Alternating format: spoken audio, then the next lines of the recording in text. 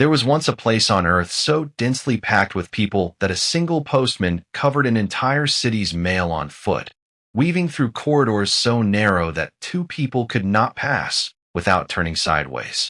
At its peak, more than 50,000 people lived inside an area smaller than most public parks, stacked 14 stories high, block against block, until the sun stopped reaching the ground entirely. No police patrolled its interior for decades. No building inspector ever approved a single structure inside it. And the reason all of this was possible traces back to a single sentence buried in a 19th century treaty. A sentence so ambiguous that two of the world's most powerful governments spent 90 years pretending the city wasn't theirs to govern. This is the story of Kowloon Walled City, and how a legal technicality became the most densely populated place that has ever existed. To understand how Kowloon Walled City came to exist in the form the world would eventually know, you have to go back to 1843, when Qing China built a small fort at the tip of the Kowloon Peninsula. It was modest by any standard, a barracks for around 150 soldiers, a defensive wall roughly 700 feet long, and an office for the local mandarin overseeing the area. Its purpose was simple: to keep a visible Chinese military and administrative presence close to the newly established British colony of Hong Kong, right next door. For decades, that's essentially all it was, a minor outpost, unremarkable, doing exactly what a border garrison is supposed to do. Then, in 1898, Britain and China signed the Convention for the Extension of Hong Kong Territory, the treaty that expanded British-controlled Hong Kong to include the new territories on a 99-year lease. Almost as an afterthought, the treaty carved out one small exception. The walled city itself would remain under Chinese jurisdiction, even though it now sat surrounded on all sides by British-administered land. On paper, that sounds like a clean arrangement. In practice, it created a jurisdictional ghost. China, having just ceded the surrounding territory, had almost no practical way to enforce its authority over a walled enclave now sitting deep inside British Hong Kong. No port access, no supply lines, no meaningful ability to police it from the mainland. Britain, meanwhile, treated the enclave as technically not its problem, on the grounds that sovereignty had explicitly not been transferred. Over the phone, neither government, for nearly a century, would actually govern it. That gap, that narrow legal crack between two empires each insisting the city belonged, on paper, to someone, is where everything that followed took root. The physical walls that gave the city its name didn't even survive the century. During the Japanese occupation of Hong Kong between 1941 and 1945, the original fortress walls were torn down, their stone reportedly used to help extend the runway at nearby Kai Tak Airport. When the war ended, refugees and squatters filled the vacuum almost immediately. And in January of 1948, the two governments' quiet, decades-long disagreement over who actually owned this patch of ground stopped being theoretical. On the 5th of January, the Hong Kong Public Works Department, backed by a large police presence, moved in and forcibly demolished the squatters' housing on grounds of sanitation. Within a week, the displaced residents had simply rebuilt. When police returned on the 12th to clear them out a second time, the confrontation turned violent. A riot broke out, and this time the story didn't stay local. News of the clash reached mainland China within days. The Chinese Ministry of Foreign Affairs sent a formal memorandum to the British Embassy, declaring flatly that China enjoys jurisdiction over the city of Kowloon and had no intention whatsoever of renouncing this jurisdiction, the same claim it had been quietly reasserting, on paper, since 1898. On the ground, the reaction was anything but quiet. Demonstrations broke out across Guangzhou, protesters marched on the British consulate in Canton and set it alight, and university students in Shanghai staged solidarity strikes. A local Chinese magistrate personally traveled to the walled city to inspect it and formally assert sovereignty on China's behalf, backing the creation of a residents' welfare association that would go on to successfully pressure the British government into abandoning its demolition plan entirely. Britain, facing a full diplomatic incident over a slum most of its own officials had never bothered to visit, chose the path of least resistance. It quietly adopted what internal records describe as a hands-off policy. Not a withdrawal of its claim, and not an acceptance of China's, just a decision to stop actively enforcing any authority inside the walls at all. That one unofficial policy, born out of a single riot in January 1948, is what allowed the following 4 decades of unrestricted construction to happen essentially unchecked. Construction began with no permits, because there was no authority willing to issue them. No building codes, because there was no one enforcing any. People simply built upward, and then built on top of what had already been built, floor after floor, with almost no engineering oversight and almost no legal ceiling on how far it could go. By the 1950s, that unregulated growth had produced something without real precedent. A vertical slum crammed into roughly 2.5 hectares, an area you could walk across in a few minutes, that would eventually house somewhere between 30 and 60,000 people, depending on which census estimate you trust, packed into some 350 interconnected buildings, most of them 10 to 14 stories tall. At its peak density, that works out to well over 1 million people per square kilometer. A figure so extreme that Kowloon Walled City is still cited today as the most densely populated settlement that has ever existed on Earth. To put that in perspective, modern Manhattan, one of the densest urban cores on the planet, holds a little over 25,000 people per square kilometer. Kowloon Walled City, at its peak, was somewhere in the range of 40 to 50 times denser than that, packed into a footprint you could comfortably fit inside a couple of city blocks. The scale of that density produced logistics that sound almost fictional.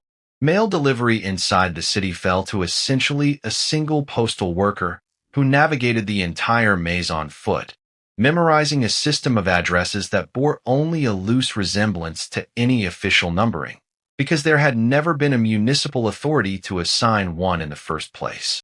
Utility access followed the same improvised logic. Since no water authority serviced the interior legally, residents ran their own network of pumps and pipes tapped from wells and mains at the city's edges, relying on rooftop water tanks fed by systems built and maintained entirely by the residents who depended on them. The buildings weren't just close together. They were fused. Structures were built wall to wall, floor extensions from one block reaching over to meet the next, until the entire city functioned less like a collection of separate buildings and more like a single, continuous organism of concrete and rebar. Streets at ground level narrowed to alleys barely wider than a human shoulder span, and many of them never saw direct sunlight at all. Residents navigated by artificial light day and night, through corridors stacked with illegally tapped electrical wiring strung so densely overhead that visitors described looking up and seeing only a thin, tangled slice of exposed wire where sky should have been. Into that legal vacuum stepped the people willing to operate where no government would follow. From the 1950s through the 1970s, local triad gangs effectively ran significant parts of the city's underground economy. Narcotics dens, illegal gambling parlors, unlicensed brothels, and unregulated medical and dental clinics operating with no oversight whatsoever, because there was no licensing body inside the walls to approve or shut any of it down. Hong Kong police, when they entered at all, did so in large coordinated raids rather than routine patrols, treating the interior less like a neighborhood under their jurisdiction and more like hostile, unmapped territory. The city earned a reputation, the city of darkness, some called it, as one of the most lawless, dangerous urban spaces on the planet. But that reputation, while not fabricated, was also never the whole picture. Behind the vice trade that made international headlines, the overwhelming majority of the city's residents were not criminals. They were factory workers, street vendors, unlicensed doctors who were the only medical care poorer residents could afford, noodle shop owners, and families who had simply never lived anywhere else. Small manufacturing businesses, plastics, textiles, food processing, operated openly within the maze, running informal economies with their own internal logic, their own trusted relationships, and, by many accounts, a level of everyday cooperation and mutual support that outsiders rarely expected from a place with that reputation. Because no Hong Kong health authority had jurisdiction to license anyone inside, more than 100 dentists and doctors, many trained in mainland China but unable to obtain a Hong Kong license, set up practice inside the walled city, offering care at a fraction of the price available anywhere else in the colony, openly advertised on hand-painted signs in the alleys outside their doors. Food processing workshops running noodle presses and fishball production lines operated around the clock in ground floor units, at times supplying a meaningful share of the fishballs and noodles sold across Greater Hong Kong, produced in conditions no outside inspector had ever verified, in a marketplace that quietly didn't ask. Electricity ran through thousands of illegally tapped, informally shared connections strung between buildings by residents themselves. No utility company had ever run an authorized line into the city, so residents built their own grid, floor by floor, wire by wire. Later sociological studies of the community described something closer to an improvised, self-organized city than a simple den of vice. Residents building not just structures, but genuine social infrastructure, entirely without the state's help, because the state had never shown up to offer any. By the 1980s, the contradiction had become impossible for either government to ignore. Photographs and journalistic accounts of the walled city were circulating internationally, and the sheer scale of the place, the density, the darkness, the reputation for uncontrolled vice sitting in the middle of an otherwise increasingly modern, globally visible Hong Kong, had become a source of real embarrassment for both Britain and China, precisely because neither government could credibly claim it wasn't theirs to fix. Hong Kong itself, in those same decades, was rapidly becoming one of the most recognizable, camera-ready skylines in Asia. Glass towers, a booming financial district, an international airport a few minutes' flight from dozens of major cities, which only made the sunless, wire-choked maze sitting a few kilometers away harder to explain to visiting journalists and foreign dignitaries. Later analysis of the period would note that both governments had, for years, found the city quietly useful. An unclaimed space let each side avoid the cost and responsibility of governing it, while occasionally invoking their nominal claim whenever it suited a broader diplomatic conversation.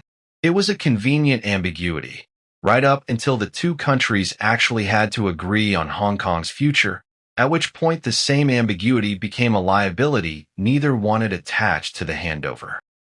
The resolution, when it finally came, arrived through the same diplomatic channel that had created the ambiguity in the first place. As part of the broader negotiations over Hong Kong's eventual handover, formalized in the 1984 Sino-British Joint Declaration, the two governments agreed on something neither had managed in 90 years of legal standoff. They agreed to jointly clear the walled city. In January 1987, Hong Kong's government formally announced the demolition plan. China, in a striking reversal of nearly a century of technical sovereignty claims, formally ceded jurisdiction to Britain specifically so that Britain could legally carry out the clearance. What followed was not simple. Compensation packages were offered to residents and business owners, but many refused to leave, some out of practical necessity, having nowhere else to go, and some out of a more pointed objection, a belief that the British government, after 90 years of declining to administer the city, had no legitimate standing to now evict the people who had built it themselves. Forced evictions began in 1991 and continued into 1992, and by the time the last resistant residents were finally removed, the population that had once peaked at tens of thousands had been cleared out entirely. Working out exactly who was owed what took years on its own. The housing department spent roughly 6 months quietly surveying the city just to establish a reliable population count before compensation talks could even begin, wary of a last-minute influx of opportunistic claimants once word got out that money was involved. When the final numbers were settled, The compensation package for residents and business owners totaled roughly 2.76 billion Hong Kong dollars, an average of around $380,000 per flat. Negotiations dragged on for years regardless. As late as November 1991, more than 450 households still hadn't agreed to terms, and it would take forced evictions through 1992 to finally clear the last holdouts. Demolition began in March of 1993. Wrecking balls that had waited nearly a century for a government to actually claim ownership finally arrived. And it still took over a year of sustained work to bring down a structure that residents had spent decades building with no plans, no permits, and no ceiling on how high they were willing to stack it. By April 1994, Kowloon Walled City, in its physical form, no longer existed.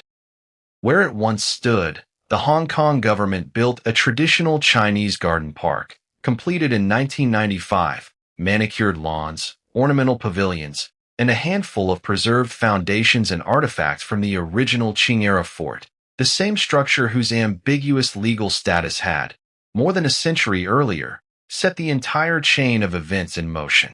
Walk through Kowloon Walled City Park today, and there is very little to suggest that anything extraordinary ever happened on that ground. No trace of the 14-story blocks, the sunless alleys, or the tangle of illegal wiring that once hung overhead. But the physical erasure never quite managed to erase the story itself. In the years just before demolition, photographers Ian Lambot and Greg Gerard spent months documenting the interior in detail, producing what remains the most complete visual record of daily life inside the walls before it vanished. Images that continue to circulate decades later as some of the only proof of what the place actually looked like from the inside. The city's silhouette went on to shape fictional cityscapes far beyond Hong Kong. Concept artists cited it as a direct influence on the dense, layered urban sprawl of films like Ghost in the Shell. Action sequences from Bloodsport were filmed on location before demolition began, and its unmistakable stacked, wire-choked architecture has since resurfaced in video games and design references built explicitly to evoke it. A themed arcade in Kawasaki, Japan, went so far as to physically recreate its corridors and signage for visitors who could never have walked the real ones. Almost none of it exists to preserve history accurately. Most of it borrows the city's aesthetic without its context. But it means Kowloon Walled City has had a stranger afterlife than most demolished neighborhoods ever get. Erased completely from the map and reconstructed indefinitely, in fragments, everywhere else. That afterlife keeps circling back to the same unresolved question the city itself never quite answered. What actually happens to a place, and the people inside it, when every government with a claim to it decides, for 90 years running, that it's someone else's responsibility? That, in the end, may be the real legacy of Kowloon Walled City. Not simply that it became the most crowded place humanity has ever built, but that it became that way specifically because it was ungoverned, not despite it. Every other force that usually shapes a city, zoning, safety codes, policing, taxation, was absent here, replaced by nothing except the residents' own improvised systems for making an impossible amount of density survivable.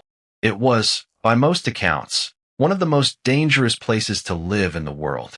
It was also, for tens of thousands of people across 4 decades, simply home, built not by any government's plan, but in the 90-year-long absence of one.